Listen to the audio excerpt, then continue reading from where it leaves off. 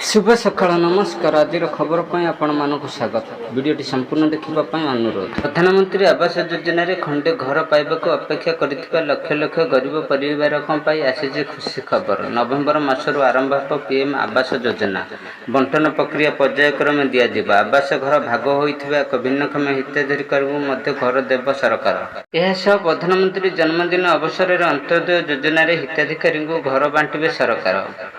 पर पर्यायक्रमे घर पाइब हिताधिकारी। परवर्ती खबर। गतकाली सृष्टि होता लघुचाप अधिक घनीभूत हो सदृश लघुचाप परिणत होती पश्चिम केन्द्रीय संलग्न उत्तर पश्चिम बंग एवं आंध्र प्रदेश और दक्षिण ओडिशा उपकूल सक्रिय रही। यह आसंता 12 घंटार अधिक घनीभूत हो पश्चिम उत्तर पश्चिम दिग गति कर अवपातर समान रही। आंचलिक पाणीपाग केन्द्र यही सूचना देती। पाणीपाग विभाग कही आसंता काली सकाळ अवपात उत्तर आंध्र प्रदेश और दक्षिण ओडिशा दे गति करने प्रभाव आसंता 5 दिन वर्षा होगा सह 24 घंटा प्रबल अति प्रबल वर्षा होबार संभावना रही। आहरी 24 घंटा प्रबल वर्षा हो विशेषकर दक्षिण ओडिशा अधिक वर्षा संभावना रही। आसंता 24 घंटे सारा राज्य में वर्षा हो। परवर्ती खबर। रिलायंस जियो और एयरटेल परी सरकारी टेलीकॉम कंपनी बीएसएनएल मध्य व्यवहारकारी को भल ऑफर प्रदान करिछि। जदि आपण घर हाई स्पीड ब्रॉडबैंड संजोग करने को चाहते तेबे बीएसएनएल संप्रति एक नूतन ऑफर आनी जहाँ अधीन कंपनी 6000 टंका पर्यंत बम्फर रिहाती देछि। रिहाती लाभ 1 जीपीएस स्पीड प्लान सहित उपलब्ध एवं एते हाई स्पीड थिया प्लान से उपयुक्त जो मैंने office PG high speed internet खोजुछंती। परवर्ती खबर।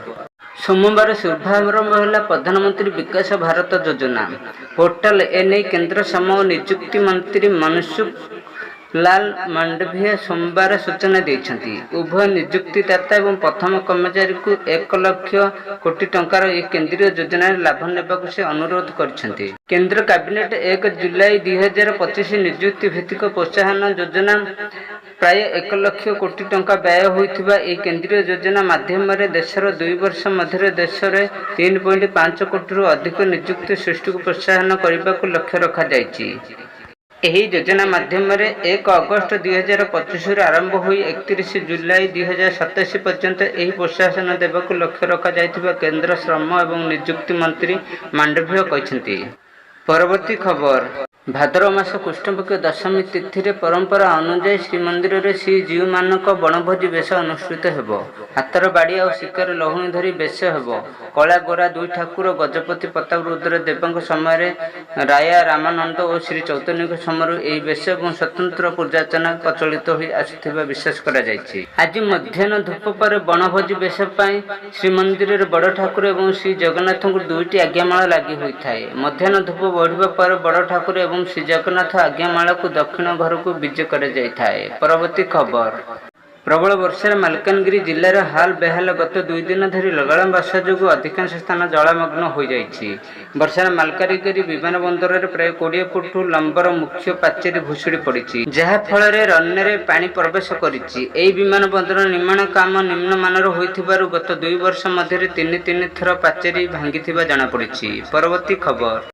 विरोधी दल नेता नवीन पट्टनायक रविवार संध्यार असुस्थता कारण भुवनेश्वर सम अल्टिमेट मेडिकेयर रे भर्ती होते। तेबे सोमवार ऑपरेशन रूम कैबिन को स्थानांतरण करा जायछि। तांको स्वास्थ्य अवस्थार उन्नति परिलक्षित होइछि एवं तांको स्वास्थ्य अवस्था स्थिर रहिथिबा सम्मान पक्षर मेडिकल बुलेटिन कुआ जायछि। एक नुआ वीडियो नवीन मध्य समस्त को धन्यवाद देछंती। नवीन कहछंती मु सम अल्टिमेट रे चिकित्सित होउछि। डाक्टर कर्मचारी उत्तम जत्न नेउछंती। मते भेटिबाकू चाहुतिले नवीन निवास रे भेटि पारिबे। परवर्ती खबर। अमेरिका 25% शुल्क लगाइबा पर प्रधानमंत्री नरेंद्र मोदी अर्थनैतिक वर्तमान स्थिति समीक्षा करने एक अर्थनैतिक परामर्शदाता परिषद बैठक करेंगे। यही बैठक में प्रधानमंत्री मोदी समेत अर्थमंत्री निर्मला सीतारमण और 7 जन केंद्र मंत्री जोगदेवे बोली आशा करा जायछि। परवर्ती खबर। 3 वर्ष अधिक समय धरी चली रूस यूक्रेन युद्ध बंद करने को चली आलोचना। रक्तार्थ संघर्ष पर यूक्रेन भुशुड़ी बढ़िया अर्थव्यवस्था पर एवं बहु अंचल रूस दखल में चलीजार आशंका रही। तेबे अमेरिका पक्षर नाटोर अंश होबारु यूक्रेन को भरोसा दि जाइथिला। किंतु आज अमेरिका राष्ट्रपति डोनाल्ड ट्रंप चाहती यूक्रेन क्रीमिया को भूली जाओ। केवल सेतिकी नुहे डोनाल्ड ଲୁହାନ୍ସ୍କ ଭଳି ବଡ଼ ସହରକୁ ମଧ୍ୟ ଟ୍ରମ୍ପ ରୁଷକୁ ଦେବା ସପକ୍ଷରେ ଅଛନ୍ତି। ସେ ଖୋଲାଖୋଲି ଭାବରେ ଏହା ଉପରେ କଥା ହେବାର ଆରମ୍ଭ କରିଦେଇଛନ୍ତି। ଏବେ ୟୁକ୍ରେନ ରାଷ୍ଟ୍ରପତି ଭୋଲ୍ଟିମିର ଜେଲେନ୍ସ୍କିଙ୍କୁ ଏଥିପାଇଁ ପ୍ରସ୍ତୁତ କରିବାର ଦରକାର ରହିଛି। ପରବର୍ତ୍ତୀ ଖବର। ସଂସଦରେ ଚାଲିଥିବା ମହାକାଶ ଚର୍ଚ୍ଚା ବିରୋଧୀ କଲେ ହଙ୍ଗାମା। ଗ୍ରୁପ୍ କ୍ୟାପ୍ଟେନ ଶୁଭ୍ରାଂଶୁ ଶୁକ୍ଲାଙ୍କ ମହାକାଶ ଯାତ୍ରା ଉପରେ ଚର୍ଚ୍ଚା ସମୟରେ ଲୋକସଭାରେ ବିରୋଧୀଙ୍କ ଆଚରଣକୁ ପ୍ରତିରକ୍ଷା ମନ୍ତ୍ରୀ ରାଜନାଥ ସିଂହ ସମାଲୋଚନା କରିଛନ୍ତି। ସେ ଏହାକୁ ଅତ୍ୟନ୍ତ ଦୁର୍ଭାଗ୍ୟପୂର୍ଣ୍ଣ ଏବଂ ନିରାଶାଜନକ ବୋଲି କହିଛନ୍ତି। ପ୍ରତିରକ୍ଷା ମନ୍ତ୍ରୀ କହିଛନ୍ତି ମହାକାଶ ଭଳି ବିଷୟକୁ ଦଳୀୟ ରାଜନୀତିରୁ ଊର୍ଦ୍ଧ୍ୱରେ ରଖାଯିବା ଉଚିତ। ବିରୋଧୀ ଦଳ ଏହି ଚର୍ଚ୍ଚାରେ ଅଂଶଗ୍ରହଣ କରି ଭାରତର ମହାକାଶ କାର୍ଯ୍ୟ ପାଇଁ ସକାରାତ୍ମକ ପରାମର୍ଶ ଦେଇପାରିଥାନ୍ତି। ଭିଡ଼ିଓଟି ଯଦି ଭଲ ଲାଗିଥାଏ ତାହେଲେ ଭିଡ଼ିଓଟିକୁ ଲାଇକ୍ ଓ ସବସ୍କ୍ରାଇବ୍ କରି ରଖିଥାନ୍ତୁ, ଯାହାଦ୍ୱାରା ଆପଣଙ୍କ ପାଖରେ ସର୍ବପ୍ରଥମେ ଆମର ଖବର ପହଞ୍ଚି ପାରିବ।